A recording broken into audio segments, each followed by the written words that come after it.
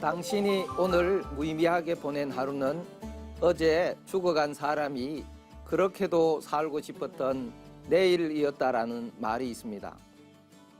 하지만 대부분의 사람들은 죽음에 이르러서야 자신의 삶을 되돌아봅니다. 그때야 비로소 우리가 하루하루 살아가는 일상이 얼마나 큰 행복이고 소중한 시간임을 인식하게 된다는 것입니다. 다시 말해 우리가 죽음에 대한 바른 이해, 삶과 죽음에 대한 깊은 성찰이 없이는 우리들에게 주어진 삶의 행복과 보람을 찾는 인생의 기쁨을 제대로 누리기 어렵다는 말입니다.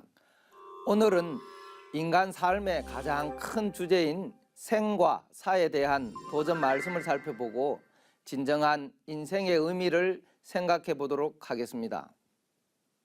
얼마 전 죽음이 삶의 답하다라는 제목의 다큐멘터리를 시청하였습니다. Well Dying, 좋은 죽음이란 무엇인가? 존엄한 죽음은 무엇인가를 다룬 프로그램이었는데요. 방송을 보는 내내 죽음에 대해 성찰하게 해주는 시간이 되었습니다. 우리나라는 2018년 2월부터 연명치료를 거부하겠다는 의사를 표시할 수 있는 연명의료 결정법이 정식으로 시행되었는데요. 이 법이 시행된 이후 8개월 동안 연명치료를 거부하는 의향서를 작성한 사람은 대략 6만 명에 이르렀다고 합니다. 존엄한 죽음, 즉 웰다잉에 대한 사회적 관심은 이렇게 커지고 있지만 정작 대한민국 죽음의 질은 세계 18위에 불과하다고 하는데요. 이와 달리 2015년 죽음의 질 세계 6위 아시아 1위의 대만은 2000년 아시아 최초로 연명의료 중단의 근거가 되는 자연사법을 제정하였다고 합니다. 이런 배경에는 대만 처지대학교 의과대학의 무언의 멘토와 같은 죽음에 대한 인식 변화를 이끌어내는 과정이 있었다고 하는데요.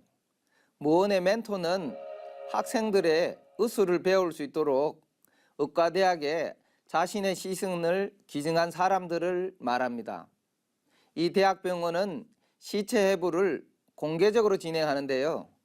시신의 주인공이 살아있을 때의 증명사진과 구체적인 신상에 대한 기록을 다 볼 수 있게 하고 진행한다고 합니다.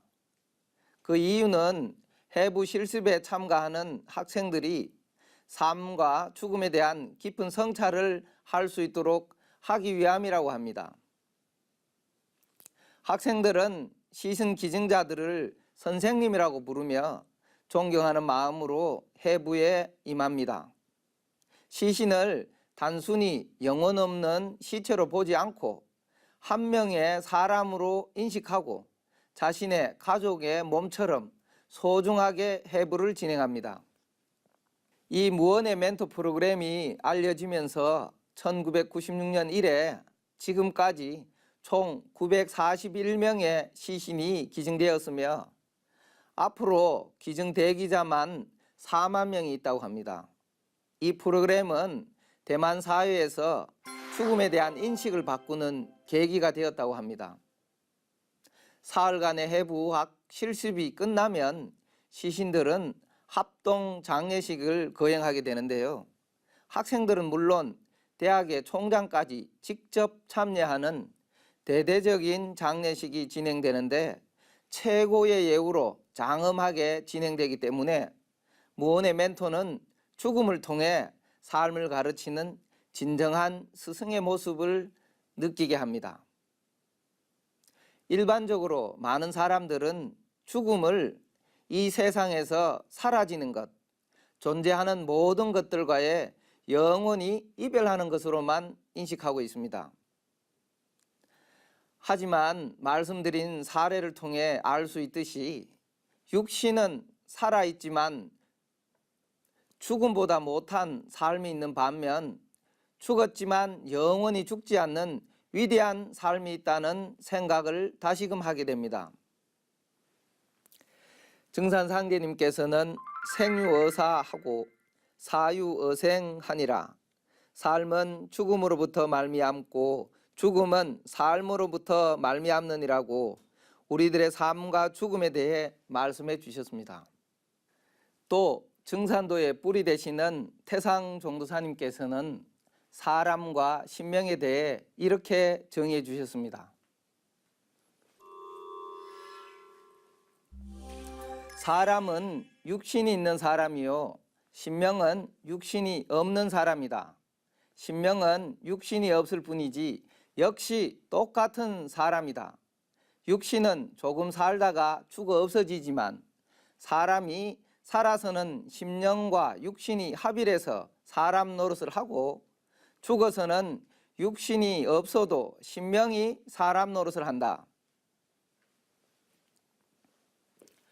인간의 삶은 육신의 삶이 끝났다고 해서 영원히 소멸되는 것이 아니라 동전의 양면처럼 생과 사가 서로 뿌리가 되고 있습니다. 사람이 죽으면 신명의 삶을 살아가는데요. 이승에 남겨진 자손들과 지속적인 영향을 주고 받는다는 것입니다. 어떤 이들은 죽음이 우리의 현실 삶과 동떨어진 것으로 생각하기도 하지만 사람의 죽음의 길이 먼 것이 아니라 문턱밖이 곧 저승이니라는 증산상제님의 말씀처럼 요즘처럼 여러 가지 위험에 노출되어 있는 현실에서는 많은 사람들이 죽음은 우리의 삶에 너무나 가까운 곳에 공존하고 있다는 느낌을 가질 때가 있습니다.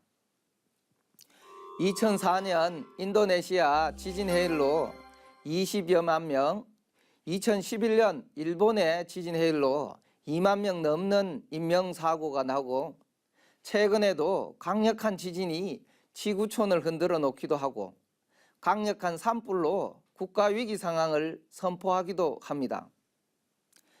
그리고 이와 같은 자연재해뿐 아니라 끊이질 않는 안전사고, 외로운 삶의 끝에 오는 고독사, 경제적인 어려움이나 사회적인 명예실추로 인한 비관 자살 등 죽음의 배경은 전혀 다르지만 죽음들이 꼬리를 물고 계속 이어지고 있습니다.